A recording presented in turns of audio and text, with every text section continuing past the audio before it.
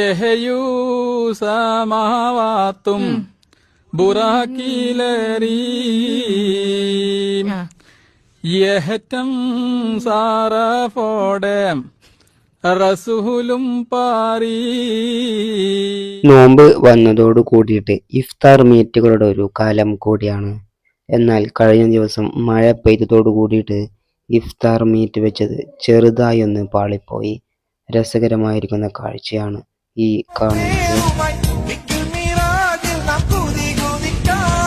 യഹയൂ സമാവാത്തും ബുറാക്കിലരീം യഹറ്റം സാറഫോടെ റസൂലും പാരീ.